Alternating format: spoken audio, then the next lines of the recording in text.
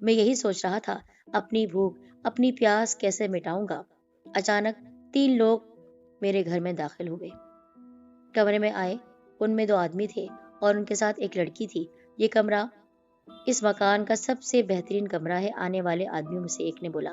واقعی کمرہ تو بہت شاندار ہے، لڑکی نے کہا۔ ادھر کھڑکی سے آپ دریا کا نظارہ بھی کر سکتے ہیں۔ ایک آدمی نے آگے بڑھ کر کمرے کی کھڑکی کھولی تو دوسرا آدمی اور لڑکی کھڑکی سے باہر جھانکنے لگے۔ میں دیوار پر بیٹھا تھا۔ میں نے اپنے آپ کو اس طرح دیوار سے چپکا لیا کہ میں کسی کو نظر نہ آؤں، کیونکہ اس کمرے میں 3 افراد موجود تھے۔ چھت سے دریا کا نظارہ بہت شاندار دکھتا ہے۔ تھوڑی دیر کے بعد ایک آدمی بولا تو دوسرا آدمی لڑکی کی جانب اڑا اور لڑکی سے کہنے لگا، چلو چھت بھی دیکھ لیتے ہیں۔ نہیں، میں بہت تھک گئی ہوں، آپ دیکھ آئیے، لڑکی نے جواب دیا اور کمرے میں موجود اسٹول کو صاف کر کے اس پر بیٹھ گئی۔ ٹھیک ہے، تم تھوڑی دیر آرام کر لو، میں چھت دیکھ کر آتا ہوں، اس آدمی نے جواب دیا اور دوسرے آدمی کے ساتھ کمرے سے نکل گیا۔ اب کمرے میں صرف لڑکی موجود تھی۔ وہ آہستہ آہستہ آواز میں گنگنا رہی تھی۔ میں لڑکی کو اکیلا پا کر اپنے شکار کو یوں دیکھ رہا تھا آرام سے کہ بس اب اس کا خون پینا ہے۔ انتہائی آہستگی سے لڑکی کی جانب بڑھا۔ لڑکی کا منہ دوسری جانب تھا۔ میں لڑکی کے پیچھے سے دبے قدموں اس کی جانب آ رہا تھا۔ لڑکی میری موجودگی سے بے خبر گنگنا رہی تھی۔ وہ بہت خوش تھی۔ میں انتہائی خاموشی اور احتیاط کے ساتھ اس لڑکی کے پیچھے سے اس کے قریب پہنچ گیا۔ میں اس لڑکی کے اتنے قریب پہنچ چکا تھا کہ مجھے اس کی گردن نظر آ رہی تھی۔ اس کی سفیدی مائل سنہری گردن میں خون سے بھری نس مجھے للچا رہی تھی۔ اس نس میں خون بھرا ہوا تھا جو میری بھوک کو ابھار رہا تھا۔ لڑکی کی گردن کی نس پر نظر پڑتے ہی میری بھوک اور بڑھ گئی اور میں تیزی کے ساتھ اس کے قریب پہنچ گیا۔ میرے چھلانگ لگانے سے ایک ہلکی سی آواز پیدا ہوئی۔ چونکہ کمرے میں چاروں طرف خاموشی چھائی ہوئی تھی، لہٰذا لڑکی نے اس آواز کو محسوس کر لیا۔ وہ چونکی، مگر اس سے پہلے کہ وہ ہوشیار ہوتی، میرا منہ کھلا اور میرے دانت باہر نکلے اور میں نے اس لڑکی کی گردن پر اپنے نوکیلے دانت گاڑ دیے۔ سناٹے میں لڑکی کی سسکاری گونجی۔ اس نے ادھر ادھر دیکھا۔ میں اس کو نظر نہیں آ رہا تھا۔ اب وہ پوری طرح میرے قابو میں تھی، لہٰذا میں نے اس کا خون پینا شروع کر دیا۔ کتنا مزیدار خون ہے، واہ! مجھے بہت دن بعد مزہ آیا تھا۔ مجھے میری پسندیدہ غذا مل گئی تھی۔ مجھ پر نشہ سا طاری ہو گیا۔ میں جب بھی کسی انسان کا خون پیتا ہوں تو مجھے ایسا ہی نشہ طاری ہو جاتا ہے۔ اگر انسان جوان ہو تو واہ، وہ نشہ اور ہی بڑھ جاتا ہے۔ وہ لڑکی جوان تھی، لہٰذا میرا نشہ بڑھتا ہی چلا گیا اور میں نے جی بھر کر اس کا خون پیا اور پھر اپنے ٹھکانے پر واپس آ گیا۔ میں نے اپنے ٹھکانے پر پہنچ کر اپنے ہونٹوں پر زبان پھیری اور لڑکی کے خون کا مزہ لیا۔ محنت تو لگتی ہے، مگر انسان کے خون میں مزہ بہت ہے، میں نے سوچا اور تصور میں لڑکی کے خون کا مزہ لینے لگا۔ لڑکی کے خون میں ایسی تاثیر تھی کہ میں کئی دن تک اس کے سرور میں رہا۔ پھر رفتہ رفتہ وقت گزرتا گیا۔ لڑکی کا خون پیے مجھے کئی دن گزر گئے۔ اب مجھے پھر بھوک ستا رہی تھی۔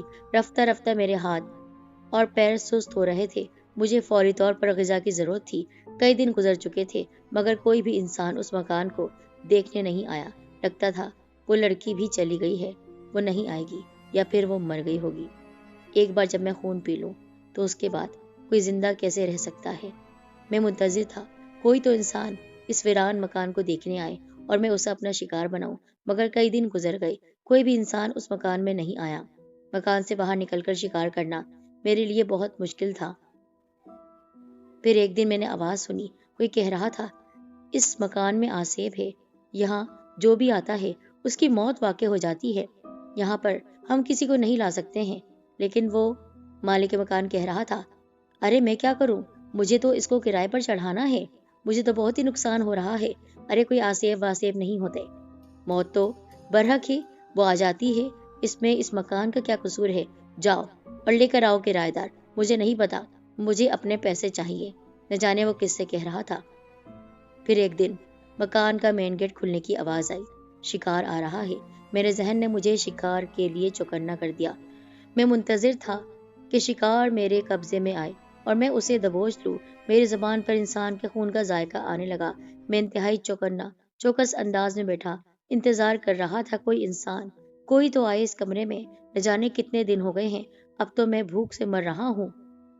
بس مجھے اسے شکار کرنا ہے۔ اسی وقت کمرے کا دروازہ کھلا اور ایک انتہائی ضعیف آدمی ایک جوان لڑکے کے ساتھ کمرے میں داخل ہوئے۔ یہ بوڑھے انسان یہاں کیا کرنے آ رہے ہیں؟ میری چھٹی حص نے کہا۔ کہیں یہ میرا خاتمہ کرنے تو نہیں آئے؟ کیونکہ ان کے ہاتھ میں تسبیح تھی۔ آہ، یہ تو کوئی عامل ہے۔ وہ چاروں طرف دیکھ رہے تھے۔ کہاں ہے تو؟ سامنے آ۔ کیوں تنگ کر رکھا ہے لوگوں کو تو نے؟ کیوں مار رہا ہے لوگوں کو؟ ان کا خون پیتا ہے، ان کو مار دیتا ہے۔ نکل جا اس گھر سے۔ میں سمجھ گیا، آج تو میری موت یقینی ہے۔ بتا، کیسے آئے گا سامنے؟ کیا تجھے مار مار کے یہاں سے نکالیں، یا تجھے اس بوتل میں بند کر لیں، یا پھر تیرا خاتمہ بھی ویسے ہی کریں جیسے تو نے اور لوگوں کو مارا ہے؟ میں نہیں آنا چاہ رہا تھا سامنے، لیکن وہ اسی وقت ایک دائرہ کھینچ کر وہاں پر بیٹھ گئے اور زور زور سے بلند آواز سے قرآنی آیتیں پڑھنے لگے۔ اب تو مجھے سامنے آنا ہی تھا اور میں دھوئے کی صورت میں ان کے سامنے آ گیا۔ وہ مجھے گھور کر دیکھ رہے تھے۔ کیوں تنگ کر رکھا ہے تو نے؟ کیوں نہیں چھوڑتا ہی یہ مکان تو؟ یہ میری جگہ ہے۔ میرے لوگوں کو ان انسانوں نے مارا ہے۔ میں سب کا خون پی جاؤں گا۔ میری غذا ہے خون انسان کی، اور مجھے پینا ہے سب کا خون۔ بزرگ نے اسی وقت مجھ پر پھونک ماری۔ مجھے ایسا لگا کہ ایک زہریلی پھوار میرے اوپر پڑ رہی ہے۔ وہ پھوار میرے جسم کو چھلنی کر رہی تھی۔ مجھے ایسا محسوس ہوا جیسے کسی نے گرم سلاخیں میرے جسم میں اتار دی ہوں۔ میرے حلق سے ایک دل دہلانے والی چیخ نکلی اور میں کمرے کے پکے فرش پر گر پڑا۔ اس سے پہلے کہ وہ کچھ اور کرتے، میں اٹھنے کی ناکام کوشش کر رہا تھا۔ وہ لڑکا میرے قریب آیا۔